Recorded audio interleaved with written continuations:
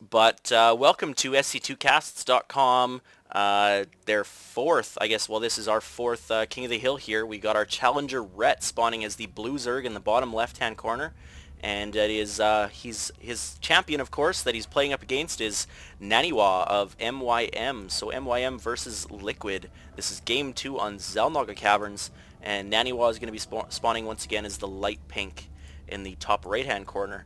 PvZ on this matchup, I've been watching a lot of the GSL lately. I really like PvZ on this map. I'm curious to see if Naniwa tries to go for a fast expansion. Ret really needs to grab that fast expansion on this map, because if he doesn't, he probably will find himself behind, depending on, I guess, what Naniwa does choose to go for. But nonetheless, last game we did see Ret put up a fast spawning pool, well, not a fast spawning pool, but a spawning pool first, and then a very late gas. I really don't like that. You need 100 gas ASAP as a Zerg player, either to get those 4 roaches out or to get that Zergling speed. But Naniwa, already patrolling his probe, does not want any fast expansions to happen.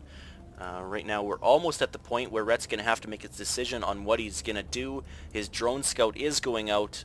He's probably going to find that there's no low ground buildings and decide that he probably wants to fast expand. No, he's going to put his spawning pool down first once again. Can't say I like it, but anyways, Ret was ahead for a long portion of the early game, or even mid-game, in the first game. Well, I'm saying game too much, but we'll have to see how it plays out in this game, game 2 here on Xelnaga Caverns. So Naniwa's obviously our current champion. He has taken out, oh wow, I can't even remember the first set. I think it was Demaga was a Zerg, so he took out, our first set was PvZ as well. He took out Demaga, or sorry, no, wow. KiwiKaki took out Demaga, and then Naniwa took out KiwiKaki, and then Naniwa took out Moro last week as well. And now we are back to PvZ. So KiwiKaki was our champion for a week, and Naniwa's been our champion ever since. And I'm not sure if we're going to be doing a week 5 or not. We'll let you know fairly soon. But Naniwa is putting a pylon down here to prevent any fast expansion once again. And I don't know, has Ret seen that? Obviously, yes he has. He's got an Overlord right over top. Wow, I'm so slow today. Blame it on the cold and the sore throat and the yada yada. But Ret does have his gas coming up now. 2 queens in production. I do like that. So that is one thing that Ret has been doing. Double pumping his queens to get that out ASAP. Meanwhile, it looks like Naniwa's maybe going to be going for just a 4-gate. He's got Warp Gate on the way already. No Chrono Boost for it. He is saving some of it up. He has obviously used some on his probes because he's got quite a few. 22 to 16. His probe count is just phenomenally high right now. Putting up a Forge now, though. Not sure how I feel about that. I don't really think you need cannons to take this natural expansion. I think you just need a few units. Stalkers are better than cannons in almost every way, especially if you're already gathering gas. If he pulled units off gas to get his Warp Gate tech, and then threw down the Forge, that might be okay. But either way, he knows what he's doing. Maybe he's going to grab that a fast attack +1 and Chrono Boost that. Actually, now that does look likely, since he's getting a robotics facility and a second gateway. He's not going to be fast expanding. This Overlord did not get a shot off on him. He is safe there from the Stalkers until any air units come his way. But the fast expand, or sorry, the expansion is on the way. It's almost finished, and he's already got a Spine Crawler here. Nice play by Ret, just in case there is any early aggression. As we can see, there's a Stalker and a Zealot on the way. That Spine Crawler will be able to get rooted ASAP. Needs to get in there now. It takes so long to root. 12 seconds of game time. The Zerglings are going to push off this Stalker as much as possible, but without speed they do need to retreat. The one Spine Crawler kind of in a bad position. Really didn't have much choice because the creep was just not there quite yet. And the one Stalker's trying to pick off this Overlord. Zerglings are probably going to engage as soon as... Ooh, just too far out of range. 26 health left. That was only about 2 shots, and that Overlord would have died. But he, wow, they actually regained quite fast. That was like 26. Wow, that's actually really fast. So Overlords, yeah, I don't know if their HP regeneration is higher than others. I don't think other units regain that fast. But either way, Roach's Burrowed are obviously the fastest regen possible. And Ret's Overlord here now sacrificial over, trying to come in here and get some scouting information, trying to retreat. I really don't like that. He should have just went off in this direction as well. But he knew he wasn't going to get away because they're just so slow. I don't think he's seen the robotics facility quite yet. He's only seen the forge. But he does know this expansion is coming up. Oh, sorry, just had to clear my throat. Didn't want the camera to hear that.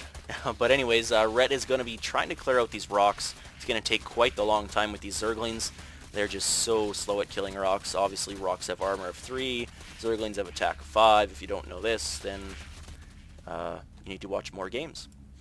Or play more. Yeah, play more. Speaking of which, I've started playing more.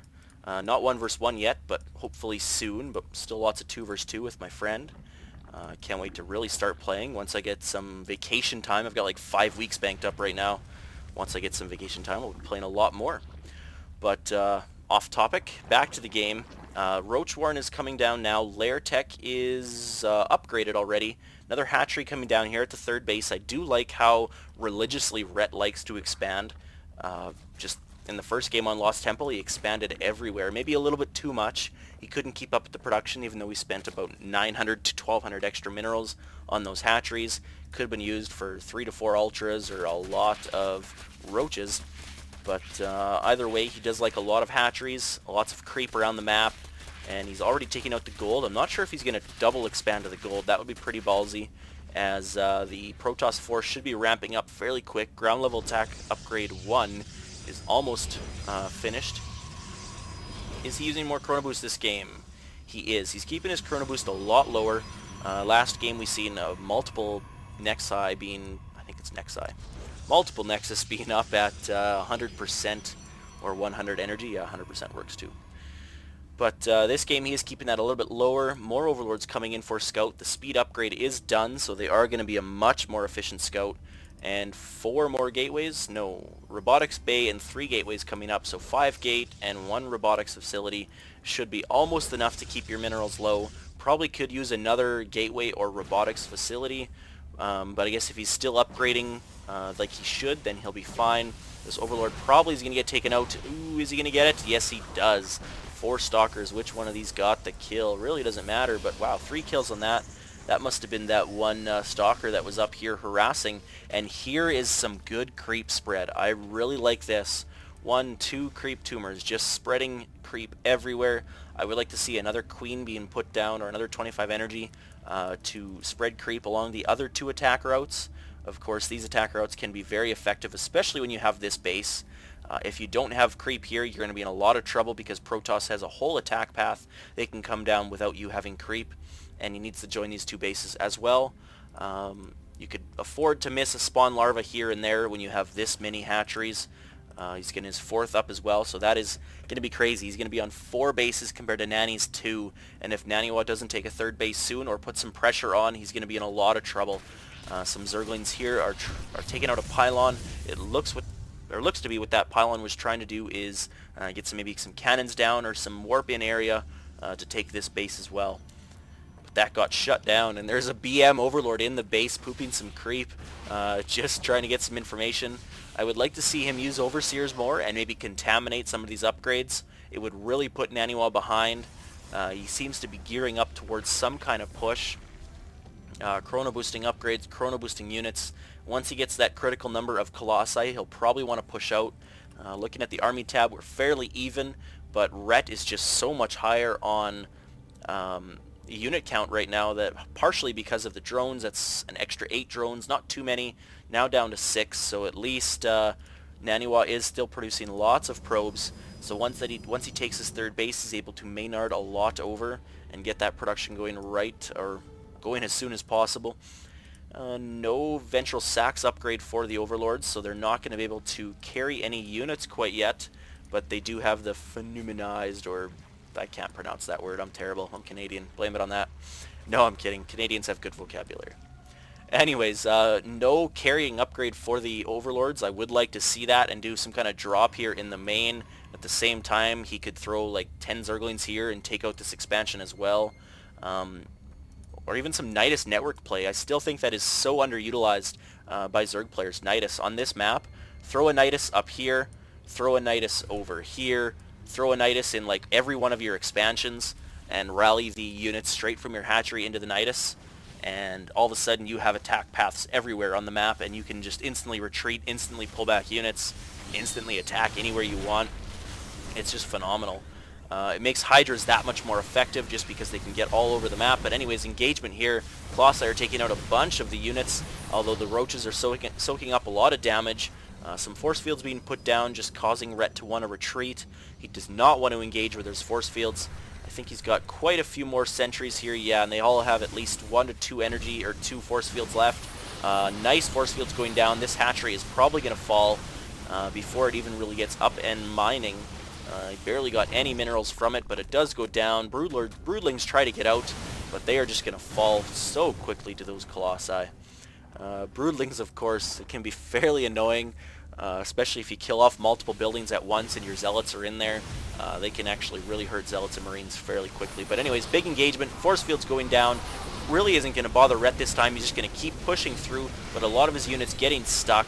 Bad engagement. So many Corruptors just taking out the Colossi very quickly, though. It leaves the Roaches to clean up this force, and it's going to be close. Needs to contaminate some of these units if he wants these Roaches to live, but no, he's just going to retreat with the Colossi, or sorry, the Corruptors as well, and he's going to steadily reproduce these units. Lots of idle drones. Needs to put them somewhere. Put them here. I guess he's fully saturated there. He's fully saturated pretty much everywhere. But Naniwa just takes out the rocks at his gold expansion, gearing up to take that base as well. Now he is kind of in the lead, I would say. That first engagement did favor him, but his Colossi count is low, so these Hydras and these Roaches that he does have are going to be very effective. The Colossi does go down. The Corruptors are still there, corrupting the units, but just retreating after corrupting, so kind of a waste of the cooldown there. Notice how I didn't say waste of energy. Yeah, they don't have energy anymore. They just use a 45-second cooldown on that ability. So people should be using that pretty much as possible with Corruptors now. Of course, when you had energy before, you really just wanted to save it just in case you needed it. But now if it's just a cooldown, you don't have to worry about your energy getting fed back or feedbacked. I always have trouble with that word. Whatever, I should look that up one day. Roach is coming here to engage, but there's a couple cannons and a lot of stalkers. Once again, upgraded 2-0 on his ground army. Needs to get that 3rd upgrade, but he has not yet. Some Immortals are in production. I really like that. He needs to switch from the Colossi to Immortals. And he's got 2 in production. That means he's got 2 robotics facilities. Yes, he does. Chrono Boost is being kept a lot lower than it was in the first game. This Nexi, of course, still has quite a bit.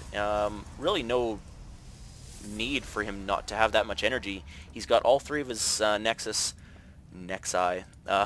grouped up as group 3 here, so anytime he 3Cs, it should Chrono Boost. But maybe it's pulling from this one first, I don't know. But Broodlords are now on the field, so Hive Tech is here. Greater Spire, that takes so long to come in. It is finished, and Stalkers do not have Blink to take out these Broodlords. They're in a lot of trouble. Force Field's actually kind of a bad news in this situation, but Templar are here. They get taken out before they can storm or feedback, although there's nothing to feedback here. No Corruptors with no energy, of course. Cooldown only. This base is just getting absolutely obliterated by these Broodlords. Broodlords need to focus down the Colossi, though, just because they are tearing up everything else that Ret has to offer, and he needs to keep those Hydralisks and Roaches alive if he wants to keep the Broodlords alive.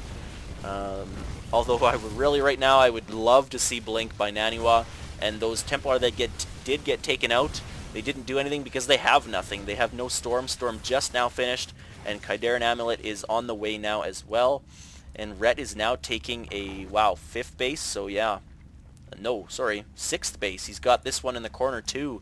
So just getting gas off that, he's got a ton of minerals. He is population capped, and he's got a ton of larvae saved up. Does units show larvae? No, it doesn't. I wish it did. But he is going in for the endgame push. I don't think he should have pushed quite yet. He needs a few more ground units. But anyways, the Broodlords are getting in there. The Stalkers are trying to focus them down. 1 goes down, 2 goes down, but all the Stalkers are just getting mowed up here by the Hydras. And I think that is going to be GG here from Naniwa, and that's going to tie the series up 1 game to 1. Trying to morph in an Archon, but it just wasn't enough. Nani does GG. So 1-1 is the series now, and stay tuned for Game 3.